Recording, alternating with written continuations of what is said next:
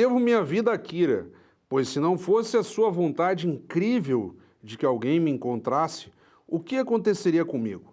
Na época, eu morava sozinha. Sem alguém para socorrer-me, permaneceria no chão por quanto tempo? Talvez a noite toda. Esse é algum dos trechos de Eu Sou a Kira, uma história real, obra recentemente lançada aqui em Caxias do Sul. E contamos aqui com a escritora, pesquisadora Terezinha Isabel Tregazin, acho que pronunciei adequadamente, autora da obra, que também conta com ilustrações de Rita Brumberg Brugger. Então, professora Terezinha, uma honra tê-la conosco. Bem, primeiramente eu cumprimento aos telespectadores da TV, essa TV que muito nos honra e que nos traz tantas informações. Então, muito obrigada pela oportunidade. Eu começo aqui lendo um dos trechos da obra, como é praxe no Café com Letras, e nós estamos diante aqui, basicamente, de uma... Eu chamaria de uma crônica longa, algo do tipo, porque é um relato em primeira pessoa, e, aliás, um relato em primeira pessoa que vai sendo alternado. Naquela técnica de dar vida aos animais, embora isso seja redundante, porque os animais são seres vivos, mas não, dá um caráter humanizado aos animais, então, digamos assim, do ponto de vista de diálogo, e a própria cachorrinha Kira, ela repassa a palavra, ela troca de interlocutora, então em alguns momentos são os próprios seres humanos que recebem a deixa, digamos assim, da cachorrinha Kira. Então eu gostaria de começar por esse primeiro ponto, assim, como que foi a constituição da obra e como que a senhora a classifica, digamos assim? Nós teríamos uma crônica esticada, seria algo do tipo, um conto, enfim? Eu acho que ela estaria entre o conto e a crônica. Né? Exatamente. E essa história de animais interessa muita gente, né? Porque, inclusive, nos humaniza e leva também as crianças a terem um respeito pelos animais. Então, basicamente, era o que eu desejava. Então, o tema da história é a vida da Kira, uma vida curta, mas que foi muito útil, né? Principalmente para a Dona Maria, né? Que teve a vida salva. E nós sabemos quantas vidas já foram salvas por cachorros. Essa história não necessariamente é a sua. A senhora se inspirou em alguém que lhe contou isso? Ou porque aqui é colocado já como uma história real, então pressupõe-se que tenha acontecido de fato. Sim. Aconteceu com a senhora ou é uma amiga próxima? Enfim? Não, é uma amiga próxima que eu convivo muito. A Dona Maria mora no meu prédio e o nosso prédio tem uma extensão no terceiro andar. É um prédio sui generis. Caxias do Sul, isso? Sim. Porque tem uma extensão, tem árvores, né? Tem um verdadeiro jardim. Então, ela fica numa plataforma. Embaixo tem lojas. E ali a Kira, então, aproveitava para correr, e como eu conto, eu a vi muitas vezes correndo atrás dos quero-queros, né? Que ali se alimentam do que tem, né? Às vezes até as pessoas colocam alpiste. E ali era o dia a dia dela quando eu não estava no apartamento da Dona Maria. Uma cachorrinha muito esperta, né? E eu me baseei nela, então, para geralmente difundir para as crianças e também para muito adulto, né? Que sabe que às vezes prejudicam esses animais que são tão fiéis ao ser humano e que são companheiros nossos desde a antiguidade, que se sabe que existem os cachorros, né? E alguns dizem que seriam milhares de anos que eles acompanham, que eles seriam, como contam aqui, antes seriam lobos, e que depois eles foram domesticados, porque com falta de comida se aproximaram das aldeias. E aí foram sendo domesticados e se tornaram muito fiéis ao ser humano. São citados aqui pelo menos dois cases, se pudermos citar assim, mais emblemáticos. A ideia não é contar necessariamente o livro ou entregar toda a história, mas Sim. pelo menos 2 cases em que a interlocutora, a protagonista, eu até não lembro aqui exatamente o nome dela, Maria Joana. Maria Joana, Maria Dona Joana, Maria é isso, Joana. né? Ela é salva num primeiro momento do que seria quase um incêndio ou um acidente com gás. Exatamente. Né? Pessoal que mora na Serra vai associar muito facilmente, todo mundo tem de uma forma ou de outra, ou um chuveiro elétrico mais elaborado pelo frio que nós passamos aqui, ou os chamados boilers, enfim, aqueles reservatórios de gás. Então é meio que um escape de gás, e a Maria Joana, é isso? Sim. Está tomando banho lá e acaba sendo atentada pela cachorrinha, interromper e lá desativar então esse escape de gás. E depois, no segundo momento, ela é desmaiada, ela se desmaia e acaba sofrendo o que depois viria a ser diagnosticado como um AVC, um acidente vascular cerebral. E a cachorrinha acaba se valendo de vários artifícios para que os moradores, de uma forma ou de outra, vão lá e socorram a Maria Joana. Então nós temos ali pelo menos 2 episódios, mas não só eles. Daí o livro se propõe também a fazer uma série de nuances, chamando a atenção para o senso de parceria e para o senso, sobretudo, sensitivo que os animais costumam ter. Como que a senhora, além de ouvir essas histórias, recebeu essa situação? Porque chama muita atenção um animal que praticamente tem uma perspectiva mais irracional, ser capaz de ter uma percepção dessas e transmitir um recado a ponto de salvar uma vida, né? Em 2 circunstâncias. Sim, isso veio comprovar algo que eu sempre pensei, né? Essa relação forte entre a espécie canina e o ser humano, né? Eu já tive experiência porque eu tinha um cachorro que se chamava Dunga. E eu o levava para a praia, as crianças amavam demais o Dunga, e ele dormia, nós tínhamos uma lareira, né, para quando íamos no inverno, mas era verão e nós colocamos a caminha dele na lareira, mas sempre com um pano, né, sempre com um pano. E aí um dia eu estava sentada no sofá e ele veio correndo e pulou, mas como ele estava cheio de grama, eu disse, sai, Dunga, aqui tu não pode ficar. E para minha admiração, até hoje eu penso, como pode, né? Ele correu, pegou o tapetinho dele com os dentes, trouxe ao meu lado e sentou em cima. Então, ele viu que ele tinha necessidade de ter algo para poder usufruir da minha companhia. Isso sempre me deixou bastante perturbada. Todo mundo tem alguma crença religiosa, espiritual, pelo menos quase todo mundo.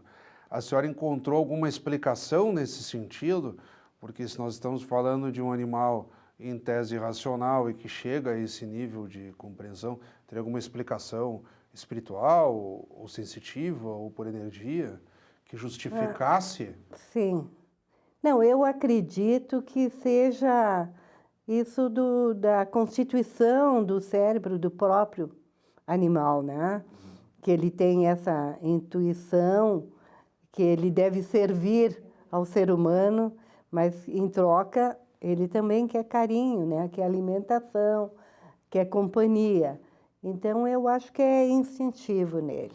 Aquela história de perceber algo está errado, preciso chamar atenção e tentar devolver, digamos assim, a ordem a esse ambiente ou a essa circunstância, algo como, por exemplo, se, oxalá que não aconteça, mas enfim, um de nós aqui não se sente bem, acho que não precisa maiores elaborações de raciocínio para perceber que a pessoa não está bem, né? Então, talvez seja por isso também. E eles, durante a nossa civilização, né, eles foram se aproximando e foram adquirindo até certos hábitos de aconchego com o ser humano, né?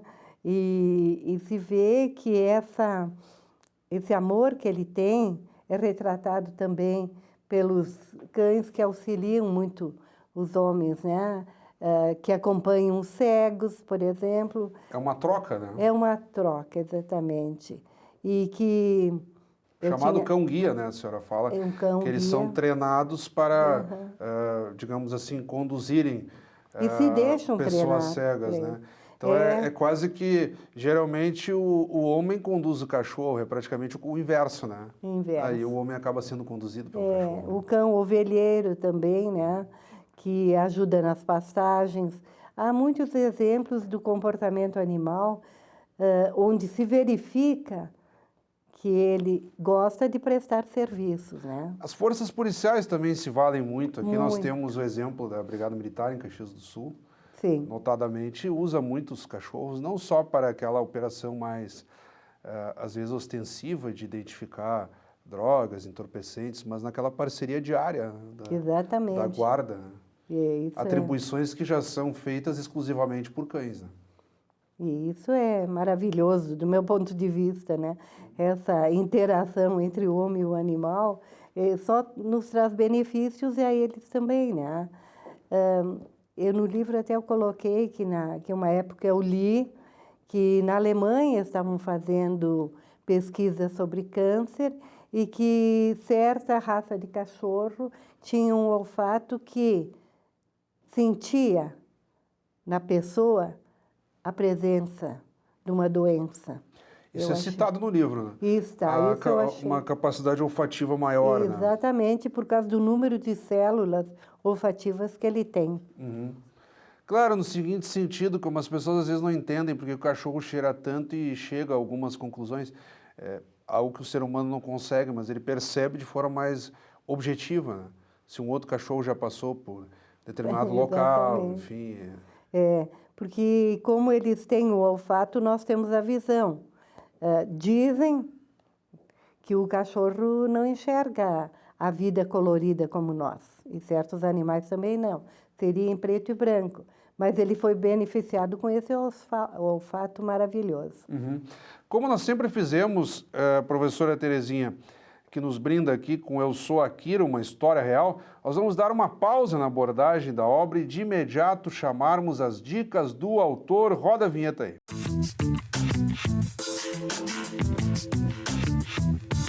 Então, as dicas do autor, recebendo aqui a pesquisadora e escritora Terezinha Isabel Treganzin, eu falei certo? Eu gosto que tu pronuncie Rio, que é o meu sobrenome de família. Terezinha Isabel Rio Treganzin. Treganzin. Então, exatamente. Treganzin. Treganzin. Treganzin. Isso, é um Então, recebendo aqui a professora, pesquisadora, escritora Terezinha Isabel Rio Treganzin. Não erro mais. Nós vamos pedir, então, que a professora compartilhe com quem está nos acompanhando agora dicas de leitura. Podem ser autores desconhecidos, clássicos, algo Sim. que a senhora entenda que quem está em casa tem que correr atrás e ler também. As dicas estão com a senhora. Pois não. O universo dos livros é muito grande, né? Mas eu acho que tem, para quem gosta de animais, Um Gato Entre Livros, que é um gato que nasce numa biblioteca. É uma autora americana, não lembro o nome, e é muito agradável de ser lido, né? Eu gostei, eu sempre li desde criança, gostava muito, tanto que a minha mãe dizia, mas ela, que dê as bonecas. Eu sempre dizia, estão lá dormindo, né? E sempre, então, passei a ganhar livros, porque era o que eu mais gostava. Então, os cães também sempre foram objeto de desejo, né? Mas sempre com muita alegria, porque eles nos dão, né? Uma ocasião, eles são tão sensíveis, que uma ocasião eu estava chorando. E sentada numa cadeira como aqui. E o cachorrinho que eu tinha se aproximou e botou a patinha sobre o meu joelho, como dizendo, olha, eu estou aqui. Ele não falava, mas estava presente, né? Claro. Então, essas Senso histórias... de parceria. Voltando à obra aqui, Eu Sou Akira, uma história real, nós não tratamos de dois pontos. A obra tem um aspecto social, né, que parte dos recursos será destinada para causas sociais, a senhora vai explicar isso melhor. E temos o aspecto também das ilustrações.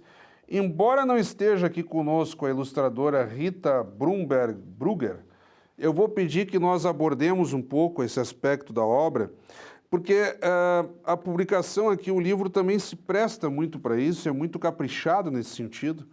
A nossa produção já pegou aqui a capa, nós temos também uma simpática folha anexa aqui, com um conjunto de adesivos, meu melhor amigo. Então aqui a mão humana e a patinha do animal, algumas variações de rostos de cães. Então para quem quiser aí adesivar, sei lá, o armário, o vidro, um caderno, é livre aqui, tem uma possibilidade de adesivos também. Sim. E eu imagino que também os adesivos aqui trabalhados pela ilustradora. Olha, na verdade, quem teve essa ideia foi o produtor cultural, Troian. O Cláudio Troian. Isso, e o Hernani também, que ele é design gráfico. O Hernani Carraro. O Hernani Carraro. Ajudou vocês na editoração eles também. Podem responder melhor. E antes que nos pergunta. esqueçamos, nos acompanha aqui no estúdio já circulando a Vera Mari Damian, conhecidíssima jornalista, que está fazendo aqui também a parte de produção e assessoria de imprensa da obra. Mas eu gostaria que a senhora comentasse sobre as ilustrações. Eu estou aqui folheando de forma aleatória. Por exemplo, aqui pega a ilustração bem específica de um dos cases em que a casa começa a ter um problema ali, o apartamento, com o gás ali, o vazamento de gás. Eu gostaria que a senhora fosse comentando, à medida que eu vou mostrando as ilustrações, como é que se deu esse entrosamento com a dona Rita Brugger. Olha, esse entrosamento vem de mais de 30 anos, quando eu fui presidente do Núcleo de Artes Visuais e a Rita sempre me acompanhou como vice-presidente. Então, esse é o meu 5º livro, né? E sempre a convidei para fazer as ilustrações. Sim. Porque como os meus livros eram, a não ser esse, assim, que é mais infantil, eles eram dirigidos ao público adulto. Eu tenho, por exemplo, a saga da colonização polonesa, um livro que eu pesquisei e que me tocou profundamente, porque eu tenho uma sobrinha que nasceu na Polônia e conheci com ela e o pai dela, que é professor universitário na Polônia, a história desse povo. Então, fiquei muito comovida. Depois, a dos dentistas, o meu pai era dentista, então eu acompanhava, sempre eu acompanhei. Tanto que a minha primeira vocação teria sido dentista. Depois que eu mudei, porque eu gostava muito de ler e escrever.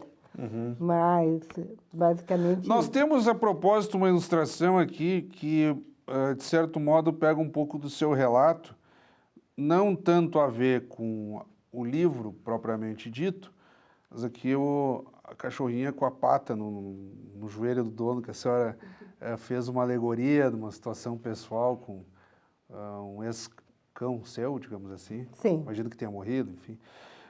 E aqui coloca a pata no joelho, acho que mais ou menos casa com o que a senhora comentava. Ali ela está segurando o elevador, né? Não. Aqui está na sala de casa. Sim. Acho que um pouco dialoga com o relato que a senhora trazia, acho que exatamente. Um pouco coincidente, né? A senhora fala na mão, aqui está no joelho, mas sim. Por similitude dá para fazer uma ligação. Eu gostaria que a senhora tocasse, por um acaso nós estamos gravando aqui, dias depois do lançamento do livro, quem for assistir ao programa terá passado aí pelo menos uma semana já do lançamento da obra, o lançamento oficial propriamente dito. A obra tem financiamento cultural da Lei de Incentivo à Cultura, pela Prefeitura de Caxias do Sul e alguns apoiadores culturais. A senhora tem a pretensão de destinar parte da verba daquilo que for vendido de exemplares para projetos sociais ligados aos animais, é por aí? Não é parte da obra, é todo o resultado da obra. Eu combinei isso com a Rita, que gostou muito da ideia, né? Então, seria tudo. Na verdade, em todos os livros que eu publiquei, a renda sempre foi destinada para alguma Claro, custeia causa. a obra e aquilo, feito o custeio da obra, destina à causa animal. Porque como eu não pago a edição, né? Sim, Então, é uma lei de incentivo. nem a distribuição, então, nada melhor do que retribuir, né? Para a prefeitura, para a Câmara de Vereadores, Já tem uma entidade escolhida para ser beneficiada? nesse caso é o Brechó Chicão. O Brechó do Chicão. Sim. Que legal. Conhecido já, né, por doações, até as pessoas fazem muito aquela reversão das tampinhas plásticas, né, para arrecadar recursos aos animais. E uma das que trabalham ali, que tem esse amor grande aos cães, eu poderia citar outras, mas eu estive falando recentemente, foi com a Jovita, Jovita Galeão Santos.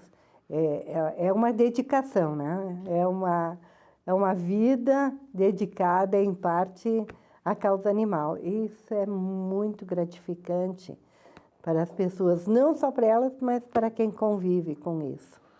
Eu gostaria de, além disso, nós estamos nos aproximando da reta final do programa, se a senhora gostaria de tocar em mais algum ponto que não tenha ficado claro. Acredito que da história propriamente do livro nós tratamos bastante, mas do que isso vamos acabar entregando já a história toda, né? Mas já contamos boa parte. Mas algo específico da causa animal, porque a senhora deixa aqui uma saudável provocação, sobretudo aquelas pessoas que ainda não se envolvem.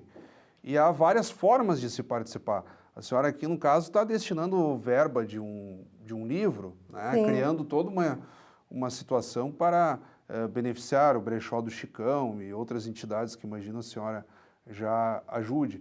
Mas de que forma aquele cidadão comum que está acompanhando o programa agora pode tentar se engajar na causa animal? Não vamos pensar que todos vão escrever livros e destinar verba. Mas o sujeito é aquele mais desavisado, mas eu quero ajudar de alguma forma. Como é que poderia fazer? Eu acho que uma das formas é sempre respeitar, né? Respeitar o animal. Outra, se possível, se a pessoa tem um pátio em casa, adotar um deles, né? Que será muito bom para a saúde mental e física da própria pessoa. Olha, na parte física, a pessoa tem que levar o cachorro passear, se está num apartamento. Vai ter que caminhar. Vai ter que caminhar, né? E outra, desenvolve muito aquele amor que deve estar dentro da pessoa, mas ela não sabe como expressar, né? Verbalmente ou afetuosamente. Assim, ela tendo um cão em seus braços, a pessoa se humaniza mais, né? Ela se torna mais amável. A companhia de um cão desses, claro que não vai ser um cão de caça ou um daqueles mais ferozes, né? Claro. Mas ele vai fazer muito bem para a pessoa. E um outro ponto, agora já encerrando, eu gostaria que a senhora chamasse a atenção para a responsabilidade de quem adota os animais. Isso é um fator que acontece em Caxias, aqui na Câmara de Vereadores, sempre é alvo de muitas discussões, o chamado controle da população animal, castração, microchipagem, enfim. E um outro assunto que entra muito é assim, o cidadão se interessa, adota o animal e às vezes por uma mudança de circunstância de vida ou vai trocar de residência ou mudou lá de emprego, seu horário, acaba abandonando o animal. Eu gostaria que a senhora tentasse para o comprometimento. O sujeito adotou um animal, ele é responsável mesmo, ele não pode simplesmente mudar de ideia. Isso é um problema bastante grave, porque o animalzinho sofre muito. Tem acontecido, inclusive, com pessoas que fazem o seu veraneio de verão na praia. Então, adotam ou compram um cachorro, vão para a praia, depois, terminado o período de férias, né, tratam de se desfazer do cão. Imagina como as crianças que eram donas dos cães sofrem, mas aí os pais convencem. E o animalzinho que não tem quem o convença, né? Então, esse é um aspecto que eu gosto de ressaltar, né? que não abandonem depois da praia, que adotem cães que possam ficar em casa. Eu quero lhe agradecer imensamente, professora Terezinha. Acredito que a senhora nos brindou aqui, não só com uma história real do ponto de vista da literatura, que é o foco do programa, mas uma conscientização, em última análise, para que as pessoas se envolvam de alguma maneira no sentido de ajudar os animais, a causa animal. E como a senhora mesma colocou, muitas vezes o sujeito, ao ajudar os animais, ele está mais se ajudando, inclusive, do que aos próprios animais. Então, eu quero lhe agradecer imensamente. Olha, sou eu que agradeço ver essa oportunidade de estar aqui falando, agradeço muito a TV Câmara, porque então o que nós conversamos deve ter chegado a muitas pessoas e sensibilizado. Então, o meu agradecimento. A honra foi toda nossa. Acabamos de conversar, então, com a professora, pesquisadora, escritora Terezinha Isabel Rio Tregancin, ela que nos brindou aqui com a obra Eu Sou Akira, uma história real, livro recentemente lançado aqui em Caxias do Sul e pauta do Café com Letras desta semana. Como sempre, também convidamos a todos que continuem acompanhando a nossa programação. Até o nosso próximo encontro.